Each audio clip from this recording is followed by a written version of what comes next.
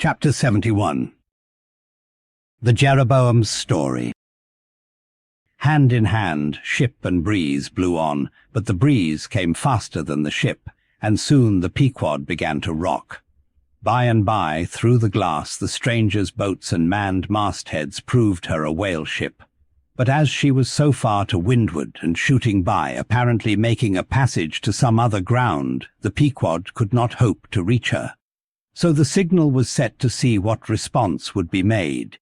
Here be it said that like the vessels of military marines, the ships of the American whale fleet have each a private signal, all which signals being collected in a book with the names of the respective vessels attached. Every captain is provided with it. Thereby the whale commanders are enabled to recognize each other upon the ocean, even at considerable distances, and with no small facility. The Pequod's signal was at last responded to by the stranger's setting her own, which proved the ship to be the Jeroboam of Nantucket. Squaring her yards, she bore down, ranged abeam under the Pequod's lee, and lowered a boat. It soon drew nigh. But, as the side ladder was being rigged by Starbuck's order to accommodate the visiting captain, the stranger in question waved his hand from his boat's stern in token of that proceeding being entirely unnecessary. It turned out that the Jeroboam had a malignant epidemic on board, and that Mayhew, her captain, was fearful of infecting the Pequod's company. For though himself and boat's crew remained untainted, and though his ship was half a rifle shot off, and an incorruptible sea and air rolling and flowing between, yet conscientiously adhering to the timid quarantine of the land, he peremptorily refused to come into direct contact with the Pequod. But this did by no means prevent all communication. Preserving an interval of some few yards between itself and the ship, the Jeroboam's boat, by the occasional use of its oars, contrived to keep parallel to the Pequod, as she heavily forged through the sea, for by this time it blew very fresh, with her main topsail aback, though indeed at times by the sudden onset of a large rolling wave, the boat would be pushed some way ahead, but would be soon skilfully brought to her proper bearings again. Subject to this, and other the like interruptions now and then, a conversation was sustained between the two parties, but at intervals not without still another interruption of a very different sort. Pulling an oar in the Jeroboam's boat was a man of a singular appearance, even in that wild whaling life where individual notabilities make up all totalities.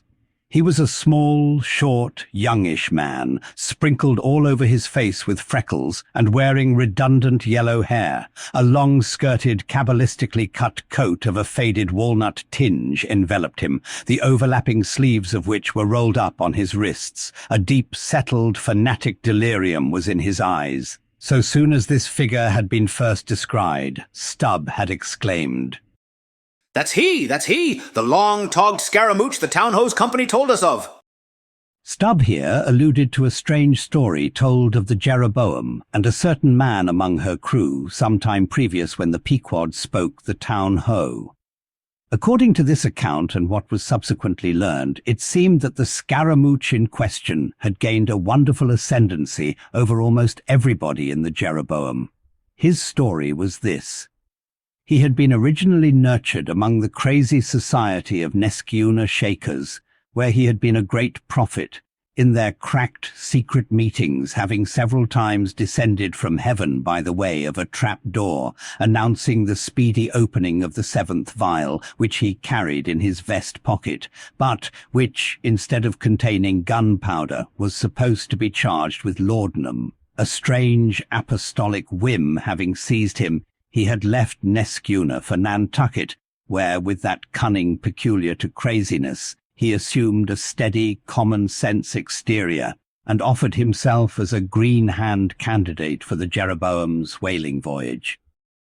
They engaged him, but straightway upon the ship's getting out of sight of land, his insanity broke out in a freshet. He announced himself as the Archangel Gabriel, and commanded the captain to jump overboard. he published his manifesto, whereby he set himself forth as the deliverer of the isles of the sea and vicar general of all Oceanica. The unflinching earnestness with which he declared these things, the dark, daring play of his sleepless, excited imagination, and all the preternatural terrors of real delirium, united to invest this Gabriel in the minds of the majority of the ignorant crew with an atmosphere of sacredness. Moreover, they were afraid of him. As such a man, however, was not of much practical use in the ship, especially as he refused to work except when he pleased. The incredulous captain would fain have been rid of him, but apprised that that individual's intention was to land him in the first convenient port, the Archangel forthwith opened all his seals and vials, devoting the ship and all hands to unconditional perdition in case this intention was carried out. So strongly did he work upon his disciples among the crew, that at last in a body they went to the captain and told him if Gabriel was sent from the ship, not a man of them would remain. He was therefore forced to relinquish his plan. Nor would they permit Gabriel to be any way maltreated, say or do what he would, so that it came to pass that Gabriel had the complete freedom of the ship. The consequence of all this was that the Archangel cared little or nothing for the captain and mates, and since the epidemic had broken out, he carried a higher hand than ever, declaring that the plague, as he called it, was at his sole command, nor should it be stayed but according to his good pleasure. The sailors, mostly poor devils, cringed, and some of them fawned before him, in obedience to his instructions, sometimes rendering him personal homage as to a god. Such things may seem incredible, but however wondrous, they are true, nor is the history of fanatics half so striking in respect to the measureless self-deception of the fanatic himself, as his measureless power of deceiving and bedeviling so many others. But it is time to return to the Pequod. "I fear not thy epidemic, man," said Ahab from the bulwarks to Captain Mayhew, who stood in the boat's stern. "Come on board." But now Gabriel started to his feet. Think of the fevers, yellow and bilious. Beware of the horrible plague. "Gabriel, Gabriel," cried Captain Mayhew. "thou must either—" But that instant a headlong wave shot the boat far ahead, and its seethings drowned all speech. "Hast thou seen the white whale?" demanded Ahab when the boat drifted back. Think of thy whaleboat, stoven and sunk. Beware of the horrible tale. "I tell thee again, Gabriel, that—" But again the boat tore ahead, as if dragged by fiends.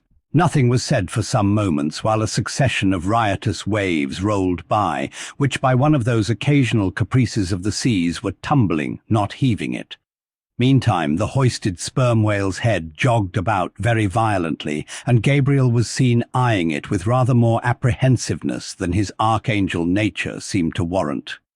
When this interlude was over, Captain Mayhew began a dark story concerning Moby Dick, not however without frequent interruptions from Gabriel whenever his name was mentioned, and the crazy sea that seemed leagued with him.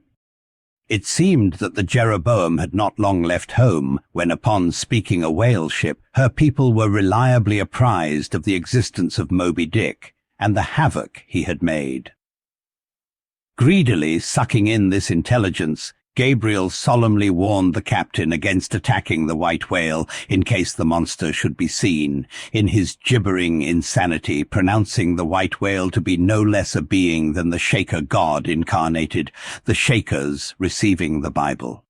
But when, some year or two afterwards, Moby Dick was fairly sighted from the mastheads, Macy, the chief mate, burned with ardour to encounter him, and the captain himself being not unwilling to let him have the opportunity, despite all the Archangel's denunciations and forewarnings, Macy succeeded in persuading 5 men to man his boat. With them he pushed off, and after much weary pulling and many perilous unsuccessful onsets, he at last succeeded in getting one iron fast. Meantime, Gabriel, ascending to the main royal masthead, was tossing one arm in frantic gestures and hurling forth prophecies of speedy doom to the sacrilegious assailants of his divinity. Now, while Macy, the mate, was standing up in his boat's bow, and with all the reckless energy of his tribe was venting his wild exclamations upon the whale, and essaying to get a fair chance for his poised lance. Lo! A broad white shadow rose from the sea, by its quick fanning motion temporarily taking the breath out of the bodies of the oarsmen. Next instant, the luckless mate, so full of furious life, was smitten bodily into the air, and making a long arc in his descent, fell into the sea at the distance of about 50 yards. Not a chip of the boat was harmed, nor a hair of any oarsman's head, but the mate forever sank. It is well to parenthesize here that of the fatal accidents in the sperm whale fishery, this kind is perhaps almost as frequent as any. Sometimes nothing is injured but the man who is thus annihilated. Oftener the boat's bow is knocked off, or the thigh board in which the headsman stands is torn from its place and accompanies the body. But strangest of all is the circumstance that in more instances than one, when the body has been recovered, not a single mark of violence is discernible, the man being stark dead. The whole calamity, with the falling form of Macy, was plainly descried from the ship, raising a piercing shriek. "The Vile! The Vile!" Gabriel called off the terror-stricken crew from the further hunting of the whale. This terrible event clothed the archangel with added influence, because his credulous disciples believed that he had specifically foreannounced it instead of only making a general prophecy, which anyone might have done, and so have chanced to hit one of many marks in the wide margin allowed. He became a nameless terror to the ship. Mayhew having concluded his narration, Ahab put such questions to him that the stranger captain could not forbear inquiring whether he intended to hunt the white whale if opportunity should offer. To which Ahab answered, Aye. Straightway, then, Gabriel once more started to his feet, glaring upon the old man, and vehemently exclaimed with downward pointed finger, Think of the blasphemer, dead and down there. Beware of the blasphemer's end. Ahab stolidly turned aside, then said to Mayhew, Captain, I have just bethought me of my letter bag. There is a letter for one of thy officers, if I mistake not. Starbuck, look over the bag. Every whale ship takes out a goodly number of letters for various ships, whose delivery to the persons to whom they may be addressed depends upon the mere chance of encountering them in the 4 oceans. Thus, most letters never reach their mark, and many are only received after attaining an age of 2 or 3 years or more. Soon Starbuck returned with a letter in his hand. It was sorely tumbled, damp, and covered with a dull, spotted green mould, in consequence of being kept in a dark locker of the cabin. Of such a letter, Death himself might well have been the postboy. Canst not read it? Cried Ahab. Give it me, man. Aye, it's but a dim scroll, and what's this? As he was studying it out, Starbuck took a long cutting spade pole, and with his knife slightly split the end to insert the letter there, and in that way hand it to the boat without its coming any closer to the ship. Meantime, Ahab, holding the letter, muttered, Mr. Har. Yes, Mr. Harry. A woman's pinny hand. The man's wife, I'll wager. Aye, Mr. Harry Macy, ship Jeroboam. Why, it's Macy, and he's dead. Poor fellow, and from his wife. Sighed Mayhew. But let me have it. Nay, keep it thyself. Cried Gabriel to Ahab. Thou art soon going that way. Curses throttle thee. Yelled Ahab.